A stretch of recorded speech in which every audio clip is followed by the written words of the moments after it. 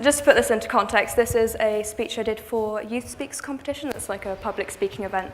So it is meant to be quite dramatic and persuasive, and I hope you enjoy it. So.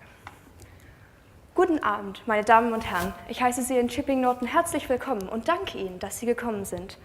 Ich hoffe, Ihnen einen anderen Blickwinkel vorstellen zu können und hoffe, dass Sie diesen Saal mit dem Gedanken oder dem Gefühl verlassen, etwas Neues gelernt zu haben oder wenigstens etwas anderes die Welt betrachten zu können.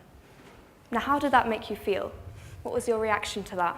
You feeling pleased with yourself because you understood what I was saying, or clever for recognizing the language? Are you pretty confused, wondering why I would start an English public speaking event in German? Or did that make you feel vulnerable? Were you scared were you relieved when I finally stopped? For all you know, I could have gone on and spoken my whole speech in a language you don't understand. I've gone and taken a step into the unknown, done what others haven't before. Listen carefully, and hopefully, by the end of this, you'll start to question your reaction and wonder if you really should be this uneasy about another language. Language is more than just a method of communication, more than an arrangement of words, more than marks on paper. Language is untrennbar from our soul, a fundamental part of our being. Take me, for example. I would almost class myself as a body which houses two sides of the same person. There's an English part of me and a German part of me. And when I'm in either country, I become someone a little different. Language has power. Words have power. And sometimes our native ones just aren't enough. I mean, imagine where we would be without kitsch or karma or déjà vu. We couldn't call someone a diva, a macho, a klutz anymore. We just have to make do with clumsy translations that are the best our language offers. And I don't know about you, but I think our meaning would lack a certain je ne sais quoi. So we expect tourists to speak passable English when they come to visit the UK. Yet I feel a lot of us, we rely on the legacy of the British Empire, which, according to the general mentality, is, oh, everyone will speak English, everyone will understand me when we travel. And then when we end up in a corner of the world where, say, nobody speaks English, we're completely helpless. We'll walk into a cozy little cafe in southern France, et nous ne pouvons même pas commander notre nourriture. See, another French person agrees with me. So, as a great one once said, if you talk to a man in a language he understands, it goes to his head. If you talk, however, to a man in his language, it goes to his heart. If you're on holiday or abroad and you talk to a hotel receptionist or the taxi driver in English, they'll probably understand you and communicate with you for business necessities. But if you've made an effort to learn some of their language and you greet them, you say please and thank you, or you order your food, you'll probably bring a smile to their face and they'll more than likely treat you as a friend. You're showing them that you respect their culture, you respect just a different way of seeing it, and you've made an effort to learn another language, to see a different culture, instead of just assuming they'll be like you.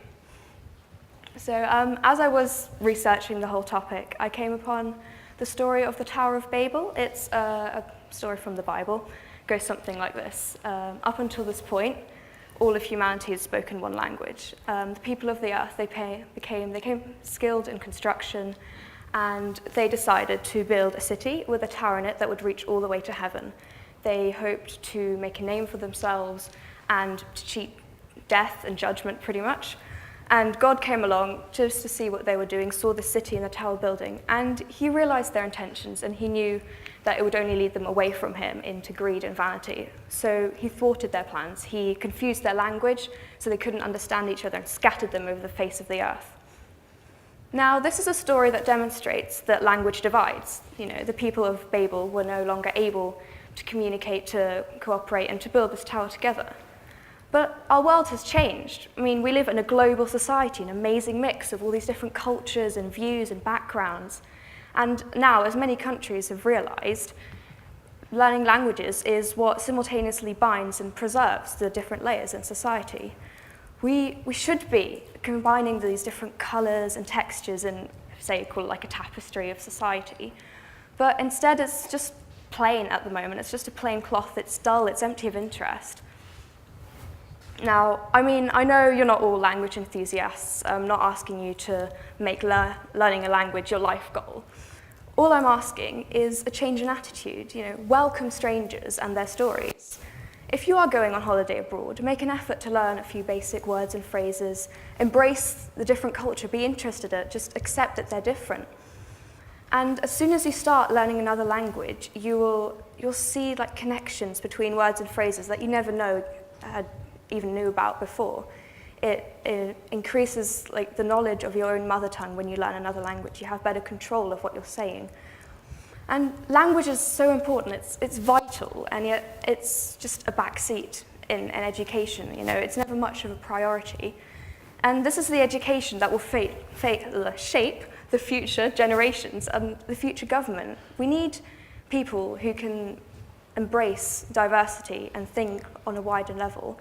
So I'm asking every one of you, it's your responsibility to break down these walls we're building. They only let this narrow strip of horizon in, let the light of the real world flood in. Risk vulnerability, risk openness, and you will experience something you never even known to exist.